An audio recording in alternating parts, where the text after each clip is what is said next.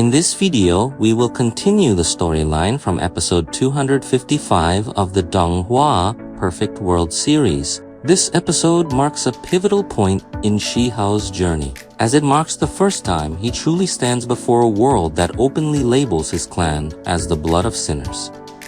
The story continues in the Imperial Empress's domain, a place of great historical significance and prestige. There, Shi Hao stands, not alone, but also not entirely accepted. Gazes from various quarters are directed at him, some filled with curiosity, others filled with long-held prejudices. In the midst of this situation, a woman steps forward to defend him. It is King Yi. Her arrival is no coincidence, nor is it merely a formality. She stands calmly yet firmly, as if setting a clear line that any insult to Shi Hao will not go unpunished. Shi Hao immediately recognizes her. Their relationship is not unfamiliar. There is a history, an unspoken bond that makes Qingyi's presence feel distinct. King Yi welcomes Shi Hao without hesitation, indirectly demonstrating that she sides with righteousness, not mass opinion. However, the atmosphere quickly changed when the Wang family delegation, led by Wang Changjing, brought back old accusations in loud, arrogant voices. They called Shi Hao and the Stone Clan the descendants of sinners. This term wasn't just an ordinary insult. It was a historical stigma that had been passed down for years. A label that kept the Stone Clan in a lowly position, always seen as the bearers of past shame. King Yi, hearing these accusations, didn't remain silent. His expression changed. He was clearly irritated, not only because Shi Hao was insulted, but because the accusations were uttered with such conviction that they could not be refuted. The Wang family members even tried to convince King Yi that the Stone Clan deserved the title. They claimed that the Stone Clan's ancestors had committed grave mistakes they considered unforgivable. But King Yi flatly rejected the accusations. He emphasized that history could not be arbitrarily twisted. If there were mistakes, there must be clear evidence and reasons. They couldn't simply rely on a one-sided story passed down through the generations in a firm tone. King Yi ordered the insulters to apologize.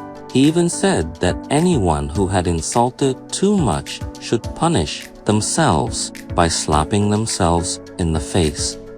These words heated up the atmosphere. The members of the Wang family felt their pride trampled on. They told King Yi not to interfere in the affairs of the Stone Clan. They insisted that the punishment for the Stone Clan was unimpeachable. They believed the Stone Clan deserved to be impaled, a symbol of shame passed down as atonement for ancestral sins.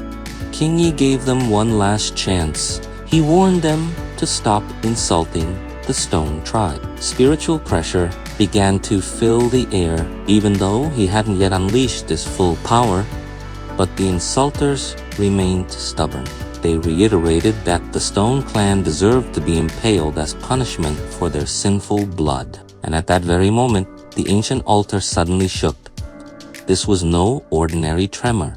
Primordial light erupted from within the altar, radiating and forming the shadowy figures of three ancient emperors. Their auras were overwhelming, oppressive, and powerful.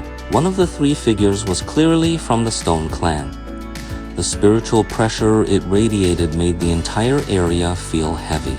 The previously outspoken insulters froze in place. Their breaths were labored, their knees trembling. They were utterly terrified.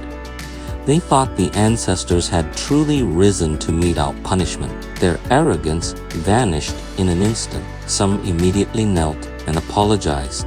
Some even frantically slapped themselves in the face, trying to show remorse for insulting the Stone Clan in front of the ancestors. The atmosphere that had once been filled with pride turned into mass fear, but slowly the light faded. The images of the three ancient emperors vanished like mist blown by the wind. Afterward, Shi Hao and his entourage were led to the location of the true ancestral altar. There were no living figures. Only 3 stone statues of the ancestors stood majestic and silent. Shi Hao stared at one of the statues and sensed something different. He realized that one of the statues was from the Stone Clan. Confusion arose in his mind. If it was just a statue, where did such extraordinary power come from? Kingi explained the truth. The power that had appeared earlier was not the awakening of a true ancestor. It was merely a trace of power left within the altar, a remnant of the aura and spiritual heritage still held within the stone. Kingi herself activated it. She used a bone from the outer world. The outer world bone contained a powerful resentment. This resentment triggered a resonance with the ancestral altar. The 3 statues responded to this resentment, conjuring up a shadow of power to suppress the foreign aura emanating from the outer world. Kingi also explained that most of the ancestral emperors had actually fallen. Their existence was now extremely rare. What had just happened was merely a reflection of their past power, not a true resurrection. Shi Hao was surprised to learn that Kingi possessed the outer world bone. Kingi explained that she had received the bone from her family long ago. She had kept it without considering it particularly valuable. However, at that crucial moment, she had used it to draw out the altar's power to maintain the honor of the Stone Clan. A light-hearted moment arose during the conversation when one of them became overconfident and thought Kingi had saved them because she had special feelings for Shi. However, Kingi immediately refuted this firmly, even sending a bolt of power as a warning to not speak carelessly. Although the atmosphere had become tense, Kingi's message remained clear. If the humiliation of the Stone Clan was to end, the best way was not through deception, but rather by proving the truth through real strength and significant contributions. And those words were deeply imprinted in Shi Hao's heart. After the incident at the ancestral altar, the atmosphere seemed to calm down. However, for Shi Hao, the waves that arose in his heart only grew stronger. The words about sinners' blood didn't disappear. They lingered like a shadow that refused to go away. Soon afterward, Shi Hao and his entourage were escorted to Stone Village, a region not far from the Imperial Empress's estate. The village wasn't grand, nor was it brimming with luxury, yet it was there that the roots of the Stone Clan still held, preserving the remnants of honor that hadn't completely faded in the village. Shi Hao met a Stone Tribe elder named Shi Hao. He was elderly, but his eyes were still sharp. He stared at Shi Hao for a long time, as if trying to confirm something he had only heard from hearsay. The first question he asked was simple, yet profound. He asked if Shi Hao truly used the Shi surname. The question sounded ordinary, but the atmosphere around him fell silent. Shi Hao confirmed it without hesitation. He stated that he indeed used the Shi surname and had no intention of changing it. Hearing this answer, Shi Hao revealed a look of concern. He said that the Shi surname was not a name to bear lightly. It carried a dark history, a tragic fate that had been passed down from generation to generation. According to the elder, the Shi family had always been looked down upon by many. They were often the target of insults. Even in major conflicts, the Shi family was always placed on the front lines, as if their lives were destined to be sacrificed. A young child named Hao, who was present, innocently recounted how the Shi family was often pushed to the brink of collapse in daily life. They were always treated unfairly and rarely received the respect they deserved. Shi Hao then witnessed a scene that made his heart even heavier. Many members of the Shi family were being returned home in coffins. They had fallen on the battlefield at the desolate border. The desolate border was a battlefield against the outside world, where foreign creatures and forces constantly attempted to infiltrate, and the Stone Clan, particularly the Shi family, was almost always on the front lines.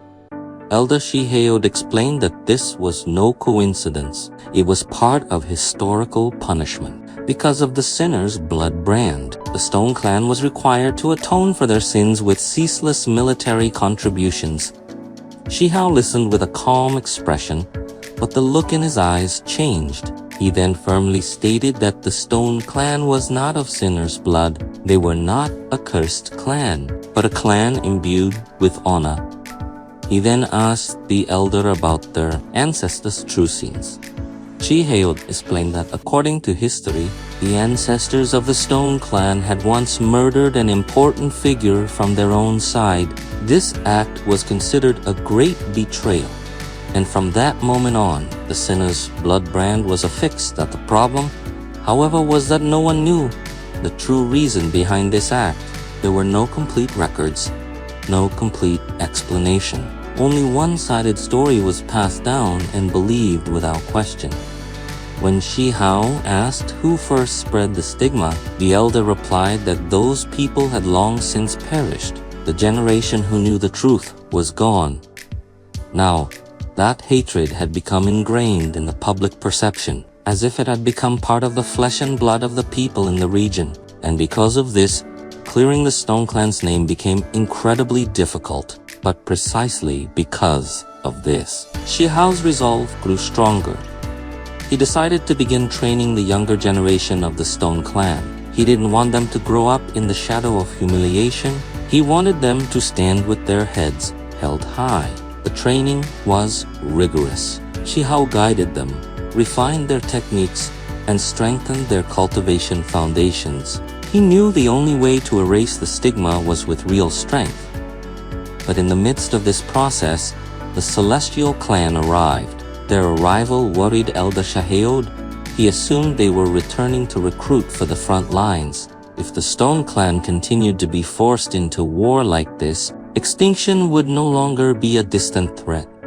However, it turned out their primary objective was to meet Shi Hao.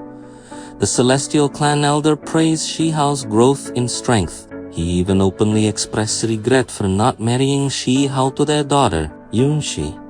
The words sounded like praise, but Shi Hao knew there was a calculation behind them. Their previous relationship was not clean. Shi Hao had once killed the bull-horned elder of the Celestial Clan. The grudge hadn't been completely erased. An argument ensued. The words exchanged weren't entirely cordial, but eventually the conversation turned to the crux of the matter.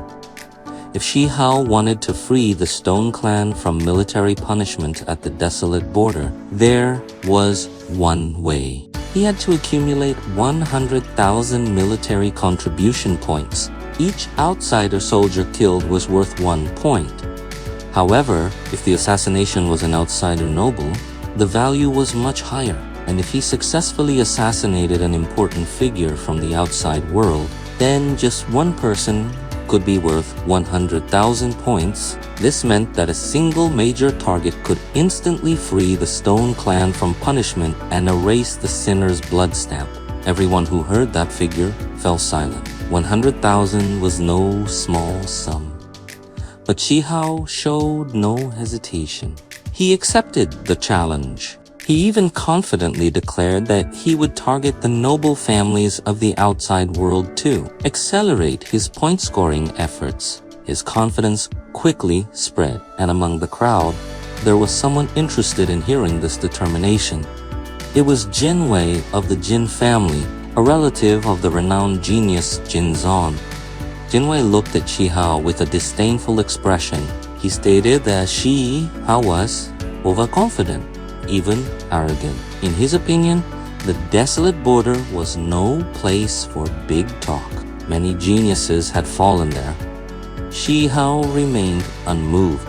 He calmly replied that his confidence wasn't arrogance, but determination. Their argument grew heated. Finally, Jinwei challenged Shi Hao to a duel, but not just any duel. They agreed to a battle of primordial souls. Such a battle took place on a spiritual level, far faster than a full-fledged physical battle. The reason was simple. They would soon be heading to the desolate border. Time was of the essence. Shi Hao accepted the challenge without hesitation. The two geniuses stood facing each other. One carried the pride of the Jin family, the other the honor of the Stone clan. Their auras began to vibrate. Spiritual pressure slowly increased. Everyone around held their breath. But just before the duel began, the episode ended.